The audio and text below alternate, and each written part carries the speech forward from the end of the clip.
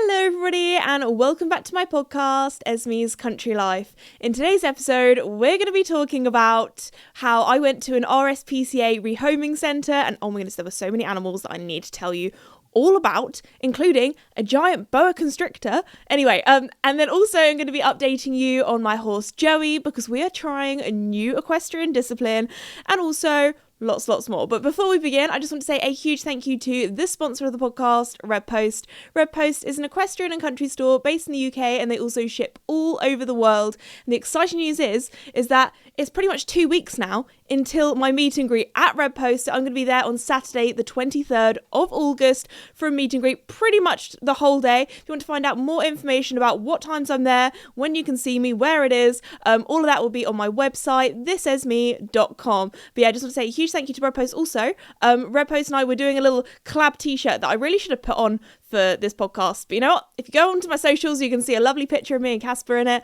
but it's a lovely lilac. It says Redpost on, it's in like a glittery writing. It also has my logo on as well. So again, if you want to find out more information about that, go and check it out on the Redpost Equestrian website, which is redpostequestrian.co.uk. Anyway, let's get into today's podcast episode, because first off, I need to start this podcast episode with a bit of an apology, because so many of you last week, you're like, Esme, where is comment of the week? Because I did miss it out last week, because I actually last week, well, no, it wasn't last week, it was the week before that, recorded 2 podcast episodes in 1 week, because yeah, last episode we had a special guest. So we had Kate, aka Blob the Cob, who is my long-term friend. Like, we've been friends for a long time on social media. It's been one of those things where she's like kind of like my internet friend, where we don't meet each other very often, but when we do, we're like besties. Anyway, so that was last week's podcast episode. But the one before that, I think it was called like It's Been a Tough Week. I'm really bad at remembering what I call podcast episodes. Yes, that one. So anyway, we're going to start off today's episode with going through the comments of the comment of the week, because on that episode I asked you guys, where is the weirdest place that you have listened to my podcast episode? And I tell you what, there was some interesting ones. So we're going to do a few more comments this week to make it up to you guys, because I apologise we missed it out. So this one is from Abby and then a little star, and then it says Billy's verse, which I think like Billy's version, and then like another little star. Now this comment was the top comment on last week's episode, and it says, the weirdest place I've listened to this podcast was on a huge roller coaster, and when the big drop came, it was the episode where you were talking about the boy cows and how they drink each other's wee, which I feel like is a, you know, we're starting off this week's podcast episode strong. Yeah, I don't know why on the podcast I end up talking about the most disgusting things, but there we go. So that was my proper country bumpkin episode, talking about cute baby animals, but also was kind of shocked that boy cows are disgusting. Anyway, and that had a lot of reactions and a lot of comments replied to that as well. So thank you, Abby. Also, how on earth have you listened? How do you listen to a roller? How do you listen to a roller coaster? How do you listen to a podcast episode on a roller coaster? Because obviously, you can't, can you wear headphones? I know that one of my friends, she has hearing aids, so she can connect Bluetooth from her hearing aids to her phone, so she can just like be listening to music, and people don't really realize. So yeah, I Abby, you need to comment. How were you listening to it? Was your phone just on speaker and everyone could hear me blasting out talking about baby cows, or did you have like a little headphone or earphone or that kind of thing? I'm intrigued. How did this happen? Tell me more. And then another comment is from somebody called, their username is Whizzer, and it says, I just want to say that I love the community that we've got here in the comment section, and I quite often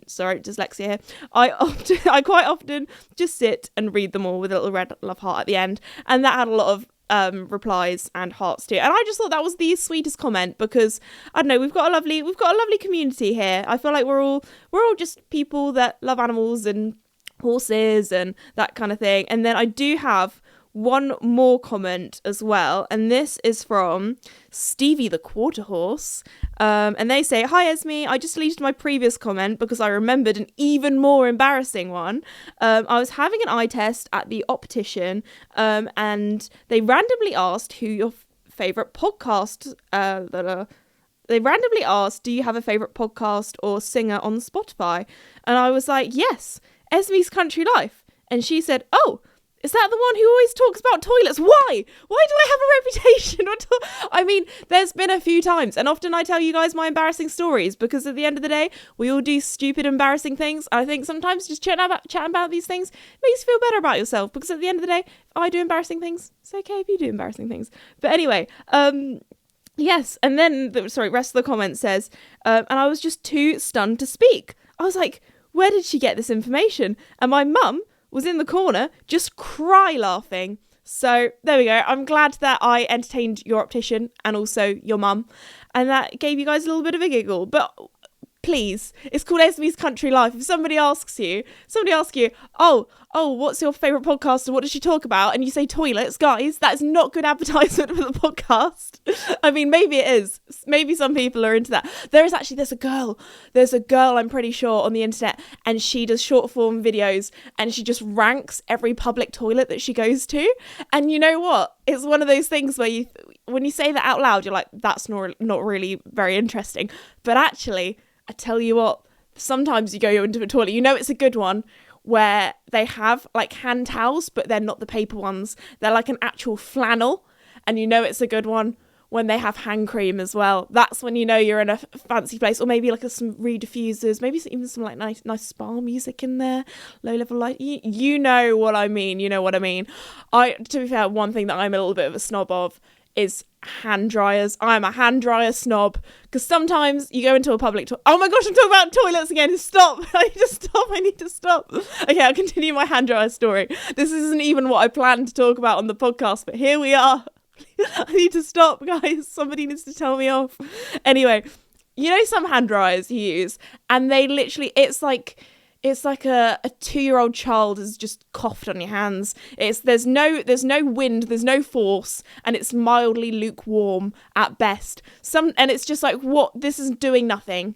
I might as well just, wipe my hands on my jeans. That's going to do a better job. So anyway, you know you're in a good place when they have the Dyson ones. I do quite like those. They are efficient.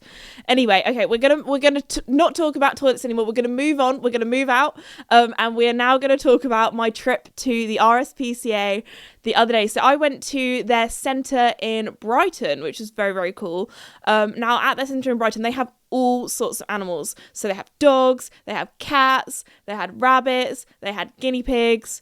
They had a parrot as well. They had, but the coolest thing that they had there, which is, I'm pretty sure it's the only one in the UK that they have, is, they had a specialised reptile centre there, which we'll get onto a little bit. I'll do it in chronological order, so I don't forget anything. So, we arrived out. I was there filming a YouTube video for them to spread awareness about what they do, and also talk about a lot of the animals that they have, because at the moment a lot of their rehoming centres are at full capacity, and obviously they need to rehome animals to be able to take more in and look after them properly. I think they're actually at the moment having to pay for a lot of kennels, like private kennels, to look after some of the dogs, or to have some of the dogs in, just because they just don't have enough room at a lot of their centres. So anyway, the first animals that we saw there were the dogs. And if you guys, I mean, I love all animals, but I have a real special place in my heart for dogs. So one of the first dogs that we met was called Crystal. She was Nikita. I think she'd been there for about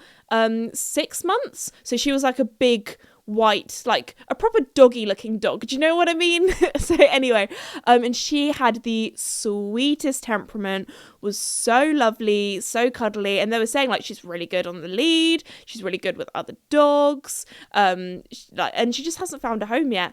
And so I'm not gonna lie, I was so tempted to bring home all the animals, but my dad was there with me, and he was like, Esme, no, not yet, now is not the time.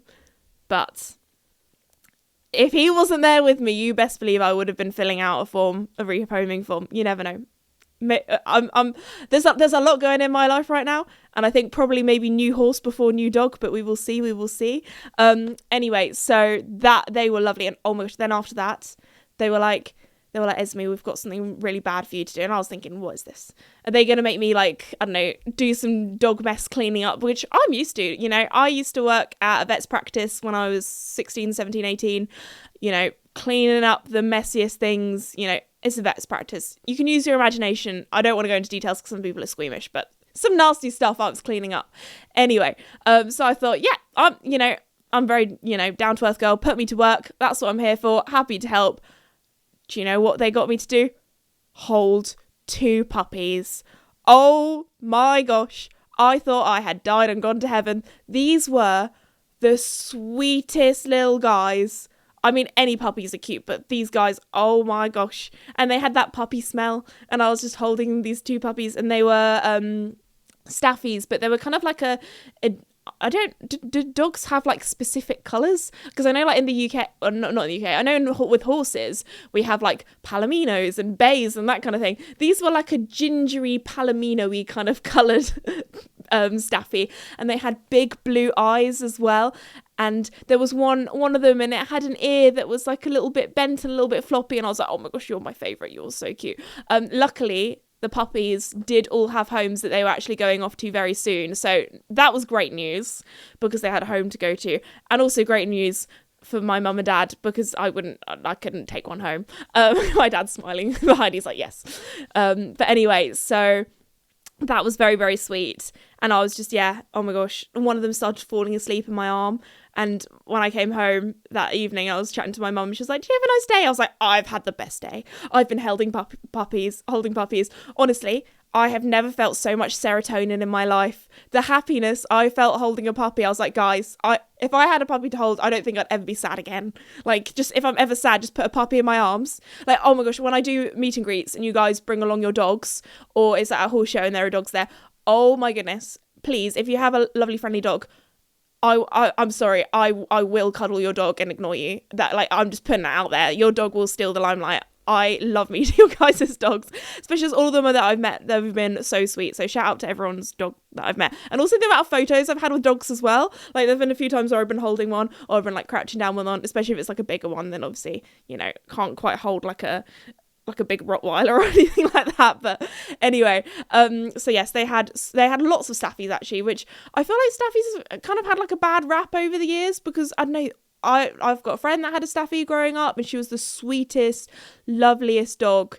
And I don't know, it's one of those things where I think there's a couple owners out there and that maybe haven't treated animals right or that kind of thing, and then like a breed or like a type of animal, they just get such bad rap. And I think that's so sad, because there are so many lovely ones out there. So big fan of staffies, and oh my gosh, they were just so cute. And then after that, there was another one that came in that I saw and had some cuddles with, and I think her name was Tia, and she was like a little bit older, bless her. She'd had quite a few different medical things wrong with her that she'd like gone through, and her hearing wasn't very well. But so they do have like some older dogs there as well if you're looking for something, because obviously when you take on any animal, it is a big responsibility, and you've got to kind of think. I think a lot of people don't use their imagination for how long an animal lives, especially for reptiles as well. A lot of reptiles can live for like 80 years or something wild, which we'll get onto later when we talk about reptiles. But no, all of the dogs are so cute. Want to take them all home.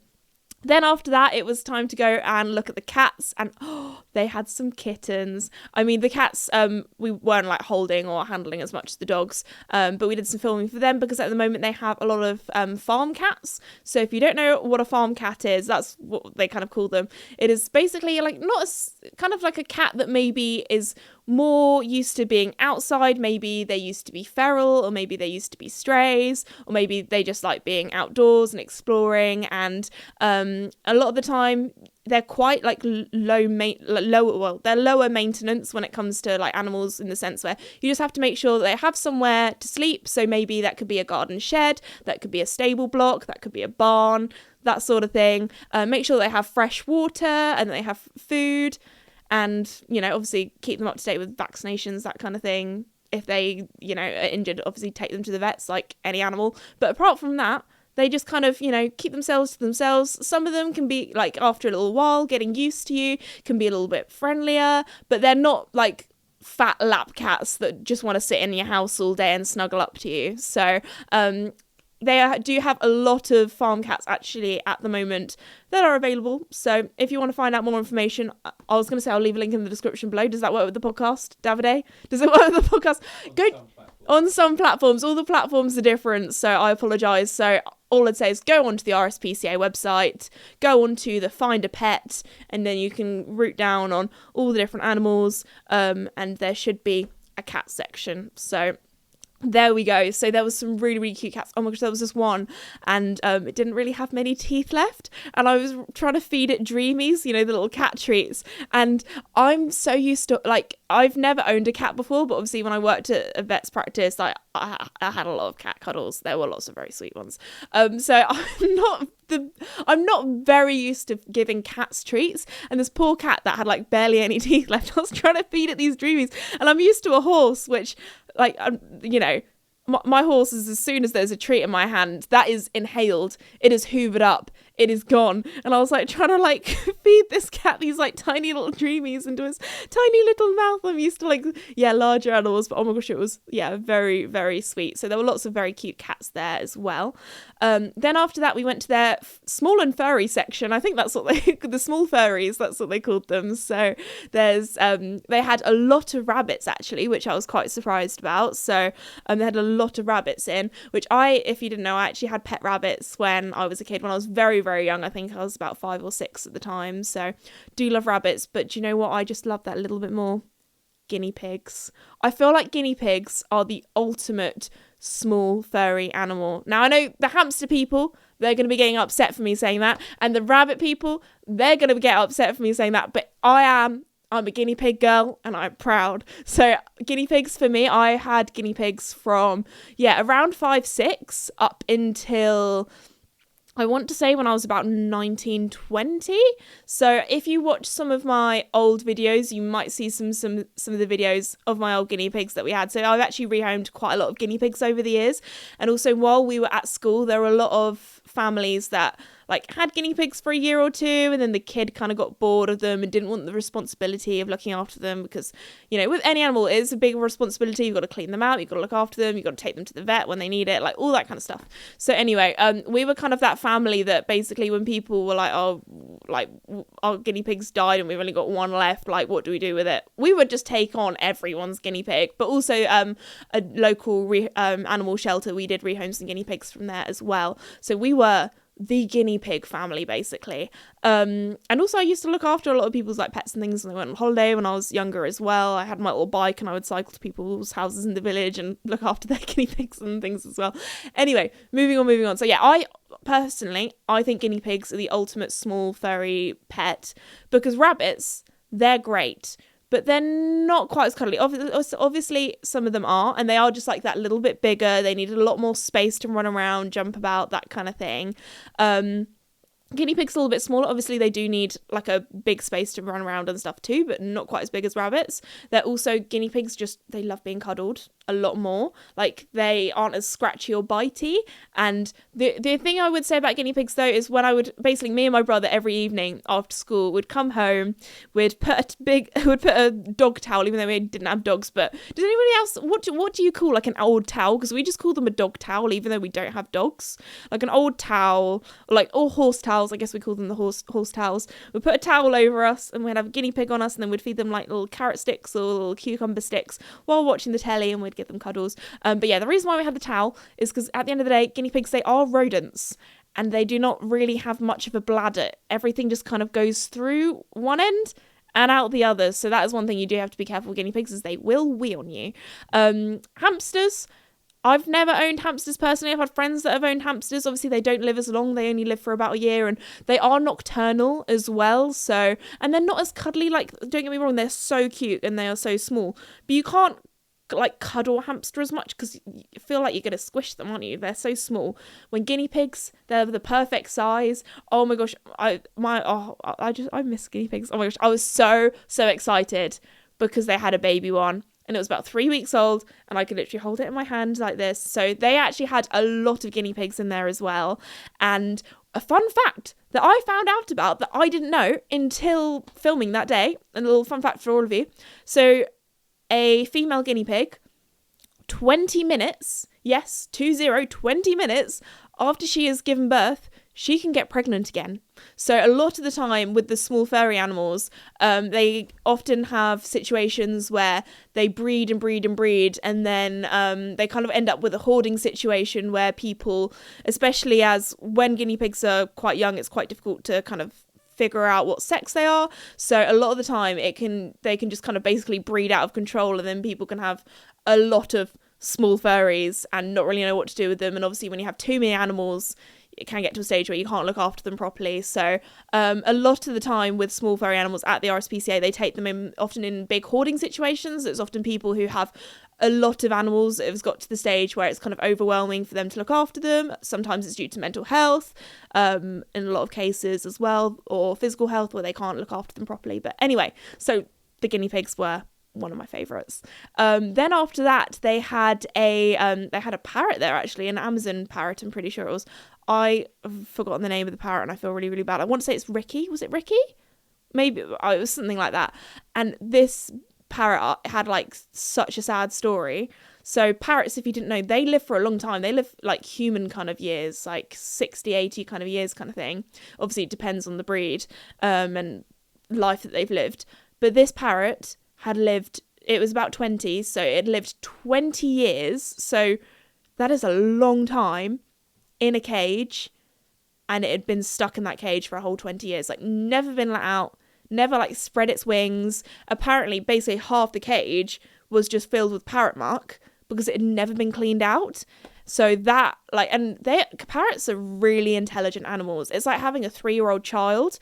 Like you can teach them to talk, you can teach them to sing, that kind of thing. And that honestly like really, really broke my heart. But obviously it's great to see that he's now with the RSPCA where they're working with him and hopefully going to give him a better life. And that's one thing, like I don't really know how I feel personally about birds. Obviously, if I don't know. So we did I had a big conversation with them about certain animals, about if they should be owned as pets and that kind of thing, because at the end of the day, like, yeah, parrots are very, very intelligent animals. And I think when you know a lot about animals and animal behavior, social media, seeing like kind of funny clips and things of animals, you kind of look at it now with a different kind of lens and you're like, oh, everyone's laughing because, you know, the parrot's like freaking out and that kind of thing. But actually that is a very distressed animal.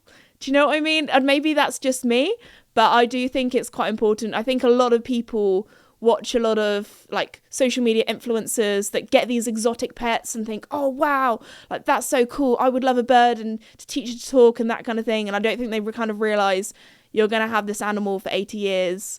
You need to, you know, when you take on any animal, you need to give them the best life possible. And a lot of these exotic animals maybe don't come from the right places. Sometimes they are, you know, wild animals that have been captured.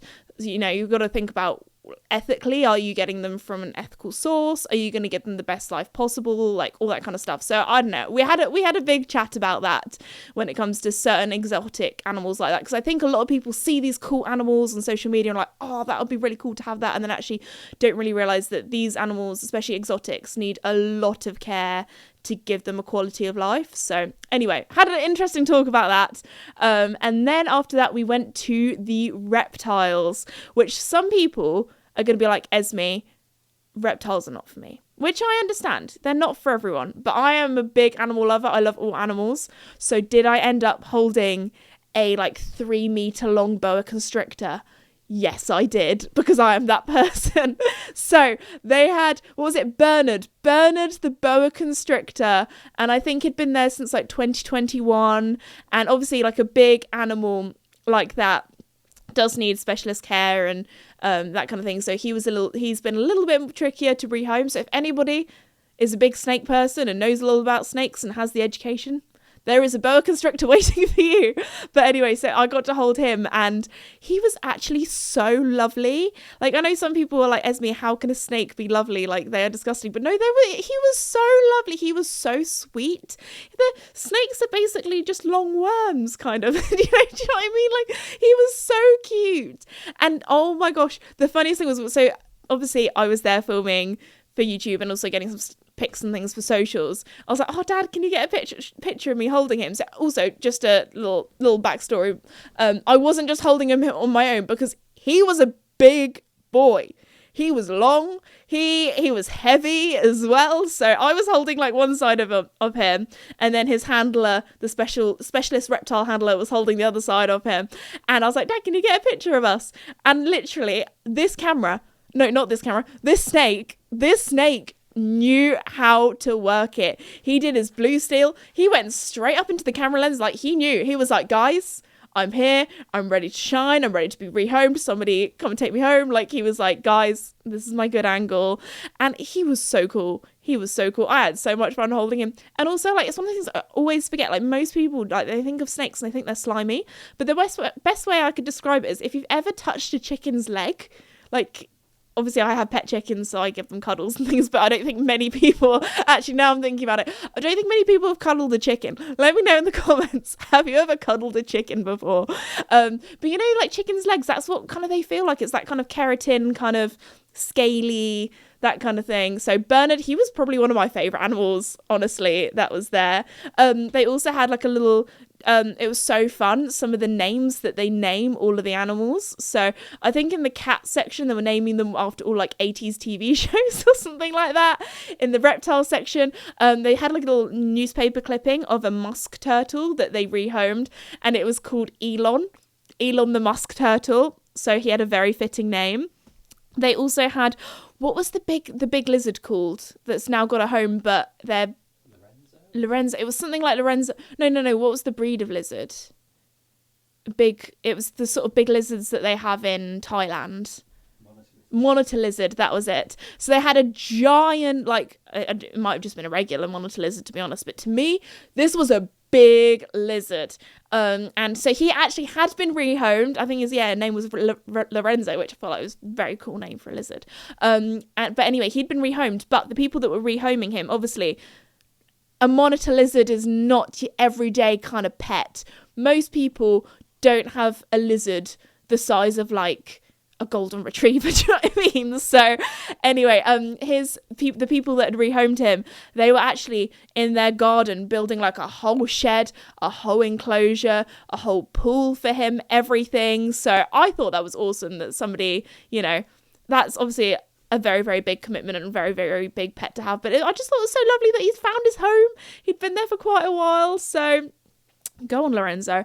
They also had lots of other snakes there as well. They had quite a few different corn snakes. They had quite a lot of snakes that, unfortunately, it was really interesting hearing about them because obviously I'm a horse girl. I don't know too much about snakes, but they had one, I'm pretty sure it was like Clementine, because it was like an orangey coloured snake. And I was like, oh, that's really cute. And they were like, not really that cute, because basically it had been unethically bred to be that certain colour and had quite a few different health problems. So that's another thing. There's a lot of unethical breeding that they see with animals that come in where people like to breed them for certain colours and certain things, but actually they often end up having like a low life expectancy, health problems, that kind of thing, which obviously isn't great. So there's that. We also saw some bearded dragons. They had some other turtles as well. And obviously with turtles, you need to make sure that they have a big enough space. A lot of them can grow a lot bigger than people often realise. Again, they live a long time, so they're a big responsibility. Again, sort of 80 years. There's also, they had quite a few different tortoises as well. They had this one tortoise called Pancake,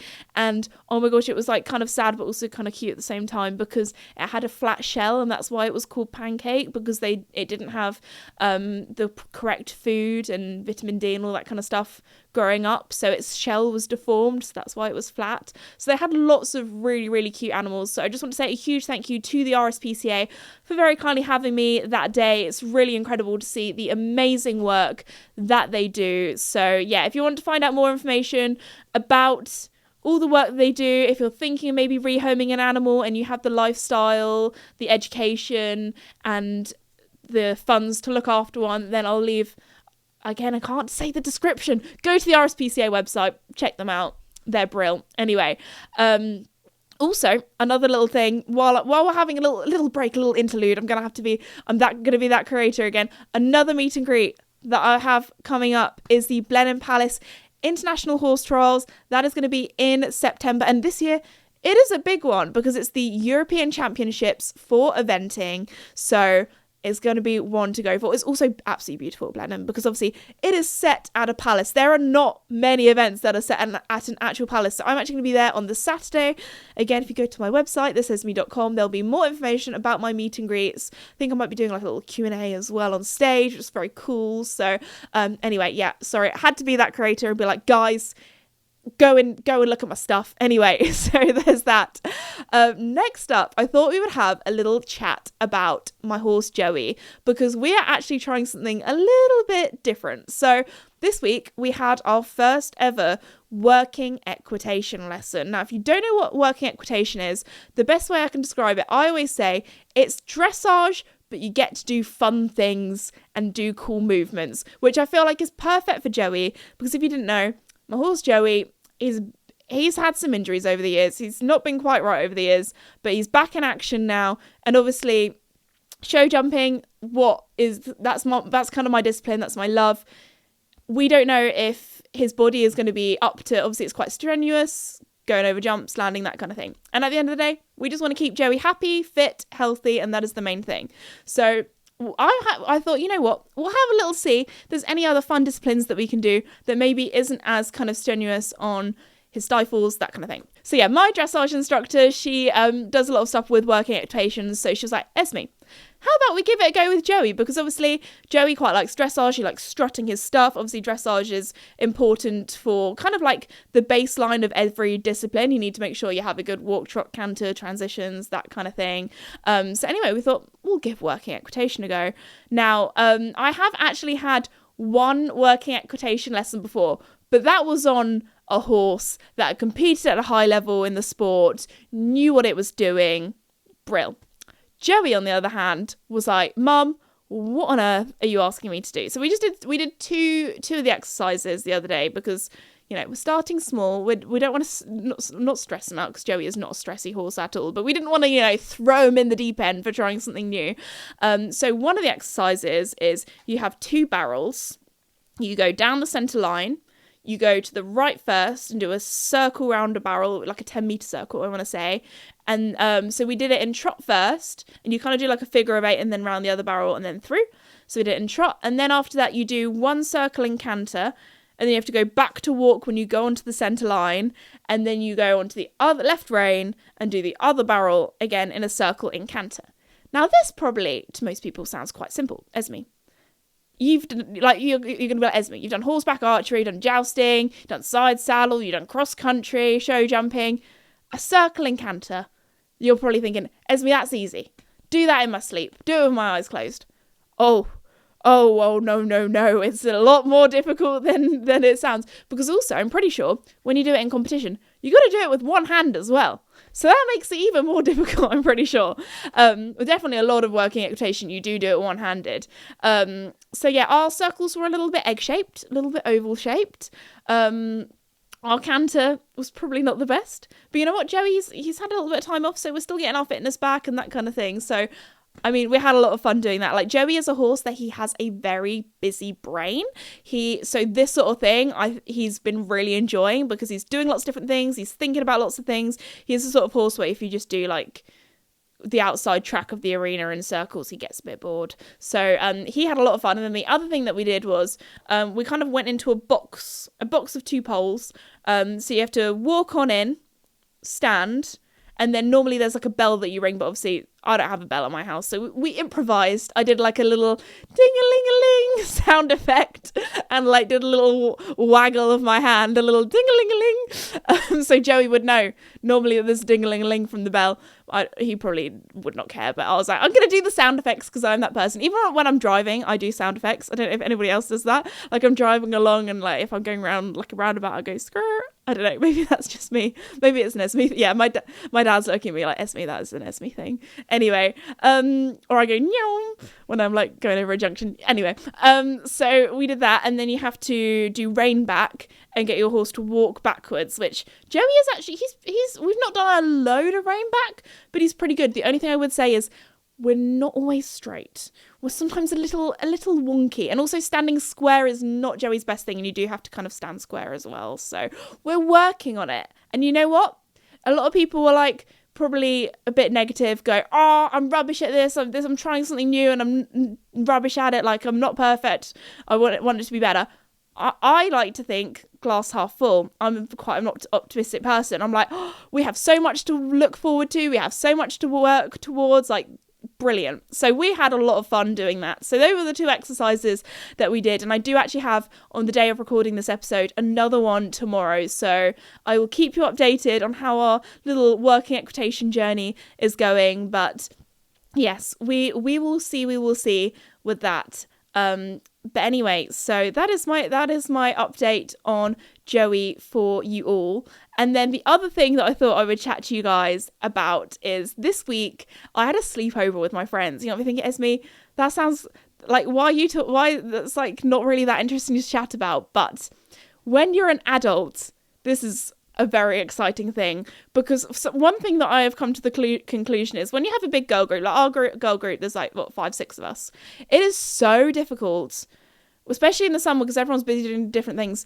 to try and find a date that everyone is free. So if you're still at school, or do like a club with friends like pony club or netball club or I don't know, hockey, whatever you do, and you get to see your friends regularly, appreciate that, because that is the worst thing about being an adult, is I just never really see my friends. Like maybe once a week, if we can meet up once a week and we're all free, then it is a miracle. It's like that thing where it's like, you're like, okay guys, when's everyone next free? And you're like, 5 weeks until we're all free at the same time. So it is one of those things where we've kind of like come to the conclusion that sometimes we're just gonna have to meet up and somebody's not there.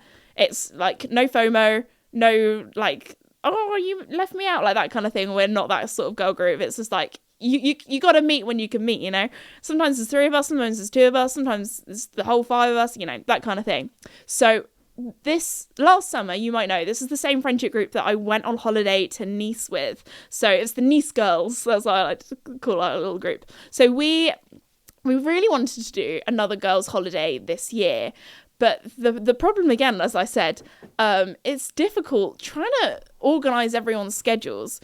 So there were, basically, in the end, it was tricky with friends getting time off work at the same time, financials as well. I've got a lot of friends that money needs to go in more important places. So this year we decided we weren't going to be doing a girls' trip, which is fine. So what did we do? The next best thing instead, we had a girls' sleepover at my house. So, oh my gosh, it was so fun. So I called it our staycation at my house / holiday. So we had a holiday in a day, so we had takeaway pizza. I also like made it super cute. Like, you guys know me, I am a little bit extra. I got out my fancy floral tablecloth. I got out my fancy glasses. I put like a little scented candle and flowers on the table, and we had our pizza in pajamas with this lovely, beautiful set-up table in my garden. And it was just such a lovely chilled one. We caught up, had a good time. So yeah, there we go. I don't know. If you are in a girl group or have like a group of friends or whatever, then organise an adult sleepover. That sounds weird. Organise having a sleepover with your friends, because it was so much fun. I literally felt like a little kid again. We were like chatting and watching movies and eating I was gonna say eating sweets, but actually I am that person that when I have my friends over, I do like to bake some baked goods. So I am the friend in the friendship group that always bakes cookies. So we had some double chocolate chip cookies. So it was just a very lovely, wholesome, girly, chilled evening. So I don't know, just wanted to put that out there. If you're feeling lonely, feeling sad, ring up a friend and be like, hey, do you want to have a girly sleepover?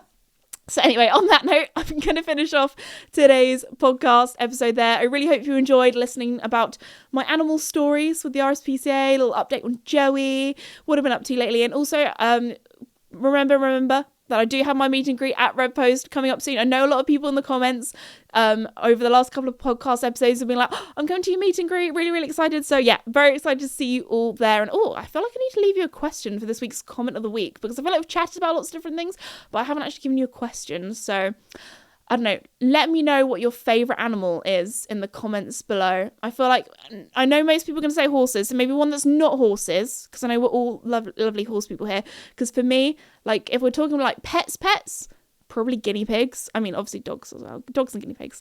But if we're talking like random animals, like wild animals, I have a soft spot for armadillos. So there we go. I love watching short format videos of little armadillos. I don't know, they're just so cool. They have like a little armor that, I don't know. Oh, that and capybaras. I love capybaras as well. They are cool.